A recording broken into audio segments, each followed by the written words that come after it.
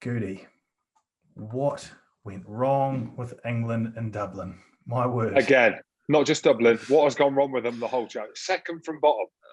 They've done in Italy, haven't they? Or Scotland. I mean, we've done from bottom, mate. We've done a Scotland. No, I mean, literally no excuses. We got out-muscled, out-thought tactically. You know, I've been saying Scrum got dominated at that set piece. Yeah, we lost our composure. Our kicking game was poor as it has been. Everything that everyone's been talking about just came back to right in the picture, didn't it? Because we beat France last week, and that first half against France last week was brilliant. And then actually, when you look back on it, second half, we get the victory towards the end. If we'd lost that game, and I said it last week, France had an opportunity at 20 points to 13 up to score. We lose that game. And then you're thinking, does that France victory mask what's gone on? Because Eddie Jones and the messages that are coming out his mouth around, we finished the Six Nations better than we started. No, we didn't, Eddie. We got hosed by Ireland, and at the end, and at the start, we got hosed by Scotland.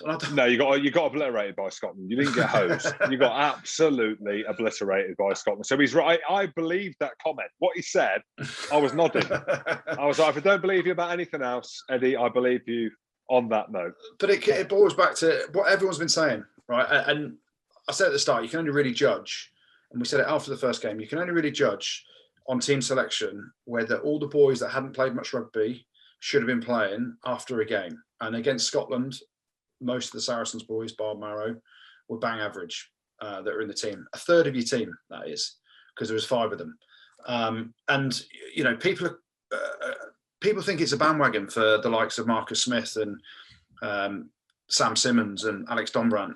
These boys are banging form, and it just shows you Eddie Jones thought that these guys, he can train them up to the intensity that you need to play international rugby.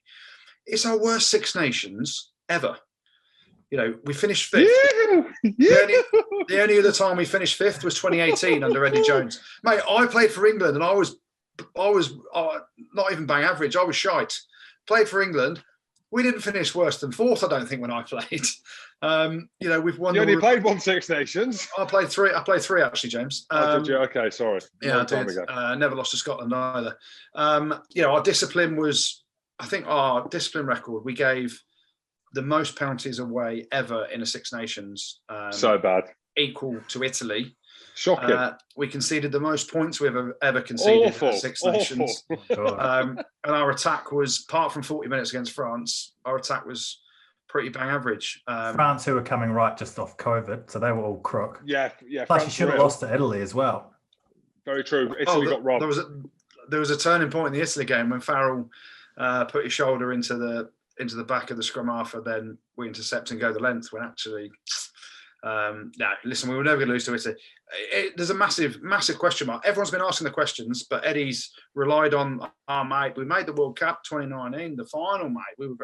And yes, we won the Six Nations last year, and we won the Autumn Nations Cup, but we've been on this decline. Everyone's been saying it, except for Eddie Jones. He talks about we're going through a transition period. What transition period are we going on about, Eddie? A transition period. I'll tell you when a transition period was. After we won the World Cup in 2003 and all those boys retired, a transition period is when shags like me got to play. That's a transition period, right? The boys in the England squad, 11 of them, I think, started the World Cup final in 2019. So that ain't a transition period, Eddie. My transition period with England was under 21s level, where Stuart Hoover got picked ahead of me, and I transitioned up to Scotland, become an absolute hero. With a 15% win success rate. It doesn't matter. All I know is that England finished second from bottom, and Scotland could potentially finish second. Yeah, you're right. But here's the big thing. So it's always been Eddie's way or the highway, right? We know he's an autocratic kind of leader. Anyone that questions him, falls by the wayside. Danny Kerr went and had a one-on-one with him and asked him some questions around why he couldn't play with the starting team. Never seen again. You know, there was a number of players that's happened to. Chris Ashton didn't want to be in the squad because he didn't like the environment, and it was Eddie's way or the highway. And I get, listen, coach's prerogative. But when you finished 5th and had your worst ever Six Nations, and there's going to be a review, Eddie Jones has got complete autonomy. Look at the turnover of coaches. Look at the turnover of backroom staff that have been there in his 6-year tenure so far. And you look at it, and he did an interview with Lawrence Dallaglio a couple of years ago, and he said where he got it wrong with Australia is he overstayed what he should have done. He should have been there 4 years and left. Is a 4-year cycle, mate, a window, mate, or when an international coach can have the big. That's gone. But I don't know. I did a virtual Q&A over the weekend with a couple of lads over in Ireland, and Gordon Darcy was one of them. And he actually said, I didn't think it was possible to dislike the English anymore, but then they put Eddie Jones as the head coach, and it makes it even greater to dislike England. So, yeah, mate, back to the drawing board. And I said it, George Ford shouldn't be in that England squad on form. There's a lot of players that shouldn't be in that England squad on form, yet they still get picked. And there needs to be a massive overhaul, I think, of staff. You've got your attack coaches, and no disrespect to these guys. Simon Amor's been in the sevens game for many, many years, never coached at 15s.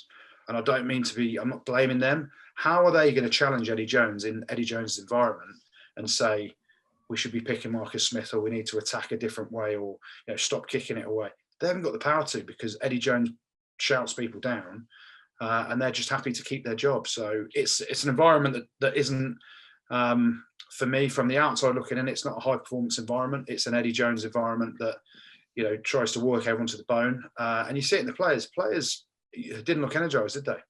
Started okay for 15 minutes, and then we look like we absolutely just don't look very good. It's crazy. When I'm watching it, it's crazy, because I'm looking at it, and your crash ball is Faz. It's Farrell going up as your crash ball, who's a slender 10. Yeah. And like you're doing a switch move, you're getting held up. The celebrations are around Farrell putting Bundyaki into touch with Johnny May just. And then apart from that, I don't, Marrow stand out, really. I don't see, Anthony Watson saw glimpses against France where he looked class. Curry. Good point. Yeah, Curry. Yeah, good point. Curry looks good. But apart from that, and again, look, I can say this because I'm mates with some of the lads in the team. Well, I was until I maybe say this. A large part of it, I think, revolves around the Saracens thing and what's happened to Saracens. I've spoken about it before. The backbone of the team, the emotion around that, no fans in stadiums, which everyone has got and everyone's managed to deal with. But Eddie's mentioned that and said that that's the thing. Faz being captain, I personally don't think he's the right guy. And then what are the team and Delalio and whatever if someone like Lawrence Delalio says the statement where it's harder to get dropped from the England squad, that's Delalio saying that. This is a guy that put his heart and soul into the England shirt. He is well placed to be able to see that, but it's the truth. You look at it like there's lads in that team that just aren't playing well for whatever reason. It's a closed shop, and you're talking about one of the best rugby teams in the world. The biggest pool of players, the richest union, the best players to choose from. And I'm watching it, and they were poo. David Walsh brought out a piece at the weekend, Goody, and there was parts of it where I was like, he was right. We're newish into the media. I'm newish into the media. And it's easy just to let things roll off the tongue. Sexton's done. Alan Wynne-Jones shouldn't be captain. Eddie Jones shouldn't be England coach. And I regret some of the things I've said. And look who looks stupid now. And when I left David a voice note today. When I think back on it, I kind of say things emotion-driven, but also opinion-driven, but then looking at the lay of the land. Was I wrong on Sexton? Arguably, yes. You could say he's the starting Lions 10 now. Alan Wynne-Jones, you could arguably say he's Lions captain, no biggie. But I can't stand with it with Eddie Jones. It's like, you're the head, not just of England, but of these Premiership clubs in terms of managing these players, managing their expectations. And none of the players that are playing well. Look at Sam Simmonds. You can see he is livid, right? And is he deluded? No, because you've got people like Delalio, you've got Jono, Hamilton, you've got three legends saying that he should be in and around the squad, and he's not. He's not even in the squad. And I tell you, it was nice to see George Martin come on for England, running around. I thought he looked good. He put a really good shot when he come on. How have you got George Martin coming on to the pitch? No disrespect. I want to see him get 200 caps for England. Saw him play for the academy. How have you got him coming on ahead of someone like Sam Simmonds? Well, if, as Eddie Jones says, they are resetting, what players is he resetting? Who's going to go? Oh, headlines. Oh, Oh gosh, Andy Rowe, mate. The scrum's an issue. So how do you look at that? England's scrum's an issue. Okay, so take from that what you will. And I feel awful saying it. What are you saying, Jim? Mako's done. I don't think he's done, but you've got to have a scrum, or at least have a relationship with the referees around the scrum. Mako, for whatever reason, whether or not it's right or wrong, there was definitely a couple of times where Furlong was pulling out on the set when the scrum engaged, and Mako was getting pinged. And we saw the World Cup final around that as well. You know, Marler's a fantastic scrummager, but Mako does so much around the pitch. But off the back of that, you know, Genji came on and got hosed in that scrum, didn't he? In the second half when Tadhg Furlong's given it the big fucking licks, and deservedly so. I mean, he's got skinnier arms than me, arguably, Tadhg Furlong, but he can skip and dance. It doesn't matter. Who else? Who else is there? I mean, George Ford. George Ford, got to go. Honestly, Marcus Smith is playing ridiculously well, and we need to see other people in these opportunities. Like you've got, you know, there's never really been looking outside of his circle, right? So Jim's going through the forwards, and you mentioned George Ford goes missing in big games. Look at him at the weekend. So I read somewhere before the game, and I can't remember where I read it, but someone said, "Oh, it's a straight shootout between Sexton and George Ford for the Lions." I'm like, what sort of clown's written that? George Ford isn't anywhere near close to being it might have been me. It might have been me. You know, you're talking about Lions fly halves. You've got obviously Sexton, Farrell, Bigger, and called it Sexton. Finn Russell as well.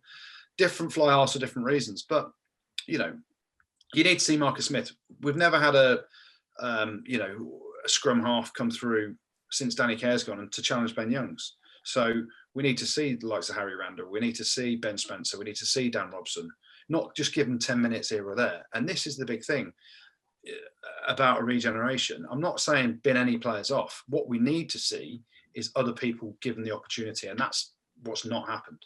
So Mark Wilson, I love Wilkes, played with him at Newcastle. Great bloke, works harder than anyone I've ever seen in my life. But do we need to see Don Brandt or Simmons given an opportunity? How long can Wilkes go on for at that level? I'm not writing him off. I'm not saying these players should never play for England again, but we want to and need to see other people given the opportunity.